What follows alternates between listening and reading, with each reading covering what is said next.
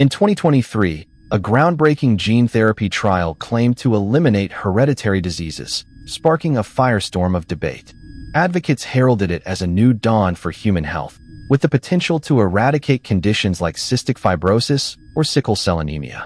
Yet, within this promise lies a Pandora's box. The conversation quickly pivots to the prospects of designer babies. Imagine a world where selecting traits, intelligence, athletic ability, or physical appearance becomes as simple as a few clicks. The allure is undeniable, yet the ethical implications are staggering. Who decides which traits are desirable? How do we prevent a new form of eugenics from emerging? This is more than a technical innovation. It's a societal crossroads. The technology enabling such possibilities stems from CRISPR-Cas9, a revolutionary gene editing tool that allows for precise alterations to DNA sequences. Unlike previous methods, CRISPR offers unprecedented accuracy and efficiency, drawing attention from biotechnologists and ethicists alike. The speed at which these advancements occur challenges existing regulations and societal norms. For instance, one biotechnology firm, Adidas Medicine, has already conducted trials to treat genetic blindness using CRISPR, showing promising results. However, these successes amplify fears of inequality. Who will have access to these treatments? The affluent could secure enhanced traits, leaving disadvantaged populations further behind. As gene therapy enters the consumer market, what safeguards exist to ensure equitable access? The implications are profound, raising questions about genetic class disparities.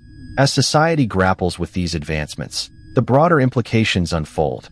The potential for gene therapy to create a class divide is alarming, where traits deemed superior become commodities. Consider the ramifications in education, employment, and social dynamics. Could we see the rise of a genetically enhanced elite? Moreover, there's the question of consent. Can we ethically alter a child's genetic makeup before they are even born?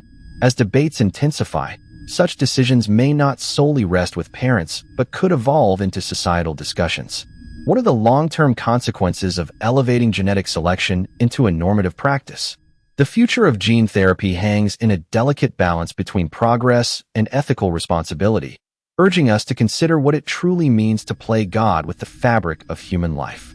Are we ready to embrace the challenges that lie ahead, or will we be haunted by the specter of unintended consequences? The journey toward this technological renaissance can be traced back to pivotal moments in history. In 1989, the first gene was successfully cloned, igniting a cascade of research that culminated in the birth of CRISPR in the early 2010s. This innovation, developed by scientists Jennifer Doudna and Emmanuel Charpentier, was initially celebrated for its potential to combat genetic disorders. Imagine a cramped laboratory bustling with researchers, pipettes in hand, eagerly conducting experiments under the flickering fluorescent lights. Their efforts would eventually lead to a tool capable of editing the very building blocks of life. As CRISPR caught the attention of the scientific community, it simultaneously raised alarm bells among ethicists and sociologists. In 2018, the world witnessed the shocking revelation that Chinese scientist He Jiankui had created the first genetically edited babies, a move that sparked global outrage. The images of innocent infants who were the subjects of an experiment fraught with ethical dilemmas, lingered in the minds of many. A collective gasp echoed through conference halls and laboratories as researchers questioned the morality of such actions. "I didn't think it was possible," one leading geneticist remarked. "Not like this. We needed a consensus before stepping into such territory." The ramifications of such advancements are vast and complex.